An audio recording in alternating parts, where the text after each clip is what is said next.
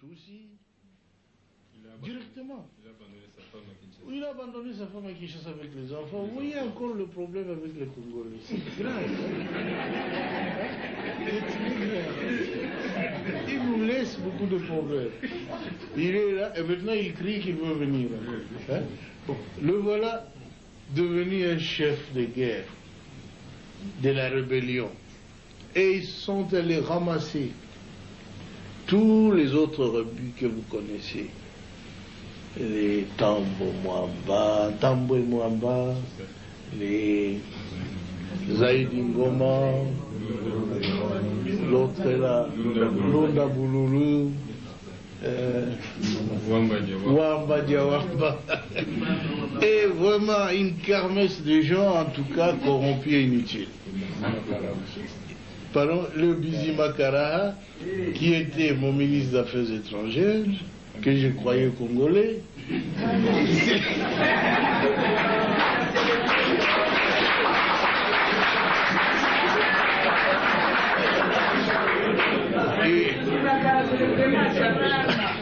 à ma très grande surprise, quand j'avais demandé à cette armée de se retirer, et avait déjà fermé des valises, ils disent, leur armée se retire, ils se sentent en insécurité. Je dis, mais non, votre armée reste. C'est l'armée rwandaise qui se retire. C'est pas la vôtre. Mais ils ont disparu. Et j'ai compris qu'ils n'étaient pas congolais alors. Parce que l'armée qui s'est retirée était rwandaise. Ah oui. Un ministre congolais, un ministre d'État a disparu. Un ministre des Affaires étrangères a disparu. J'ai dit, nous étions infiltrés alors. Infiltrés au sommet de l'État. Alors ainsi on aura pu découvrir des documents où Kagame dirigeait ces gens-là, où il complotait pour que les Tutsis prennent la tête de ce grand pays qui n'est pas le leur. Alors ça en est trop, hein. Ce pays ne leur appartient pas. Ils veulent en prendre la tête. Quoi? Mais c'est pas possible, ça a été très grave. On a vu tout ça. Si seulement on l'avait su avant, ça aurait été bien. Mais le conflit a éclaté après. Ils tentent le conflit, ceux qui n'ont pas pu réussir avec le coup d'État, qui avait échoué le 2 août. Et maintenant, je le vois en train d'échouer encore. Notre peuple se défend. Je suis très heureux que vous tous ayez pris conscience de la gravité de la situation pour nous mettre tous ensemble, tous les partis politiques confondus, chez nous. Tous les Congolais se sont mis ensemble derrière le gouvernement. Ils m'ont soutenu, je dois l'avouer très sincèrement. Et je ne sais même pas ce que je ferai pour les rendre ce qu'il faut.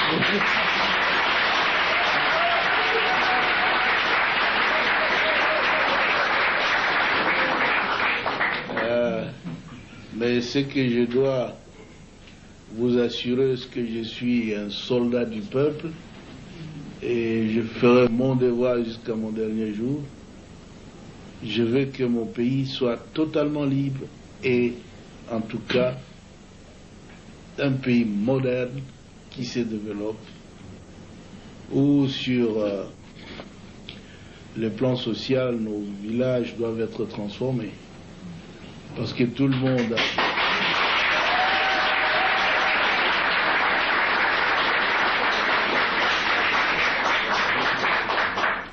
beaucoup de nos élites, beaucoup d'intellectuels, beaucoup de citadins, de gens de ville qui sont habitués à la ville, ont peur de rentrer dans nos villages.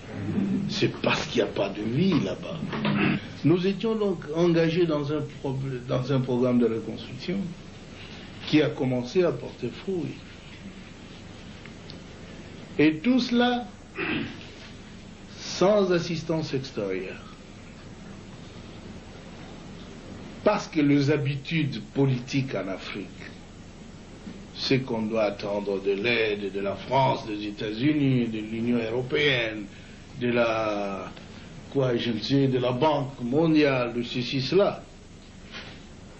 Mais nous avons dit, depuis quand nous luttions, longtemps, nous disions que notre lutte, c'est la lutte de l'intelligence contre la force brute. La force brute.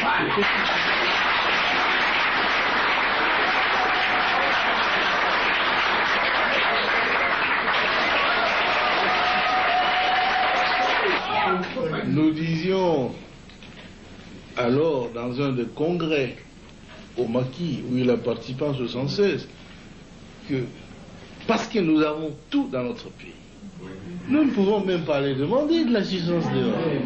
Il faut utiliser l'intelligentsia nationale pour transformer tout ce que nous avons.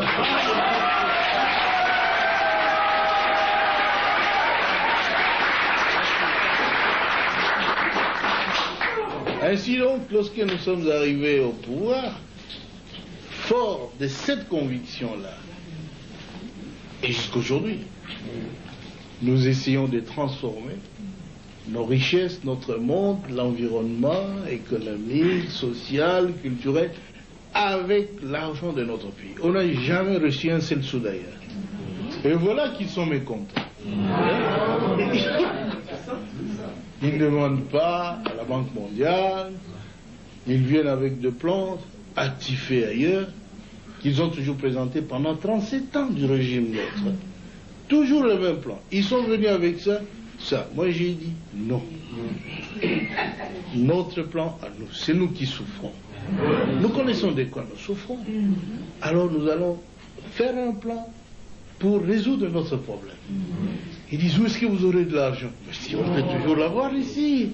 Le Congo est riche. Et nous avons fait cela. Nous avons notre plan. Il est bien. C'est un plan qui doit développer notre pays. On les a demandé. Messieurs, nous voulons aussi des autoroutes.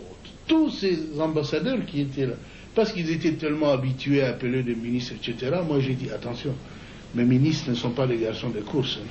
J'ai dit qu'il faut laisser le ministre résoudre le problème du pays. Si vous allez continuer à les appeler la nuit, des coups de téléphone, qu'est-ce que vous traitez avec eux? Chez nous, nos ambassadeurs ne vont pas faire ça.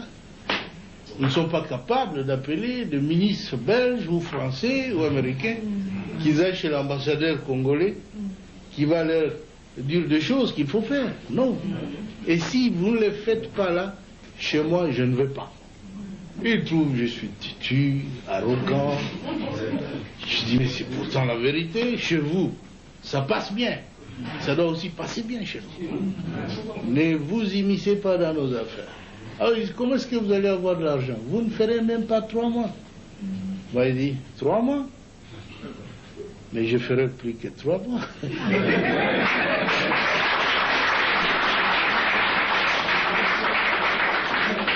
Ainsi, vous connaissez, nous avons préparé un bon plan de reconstruction du pays. Ils nous ont dit qu'il faut aller le défendre à Bruxelles. C'est vrai, oui, on a envoyé une délégation à une conférence qu'ils ont appelée la conférence des amis du Congo. Disons, jeunes hommes, allez-y, défendez notre plan.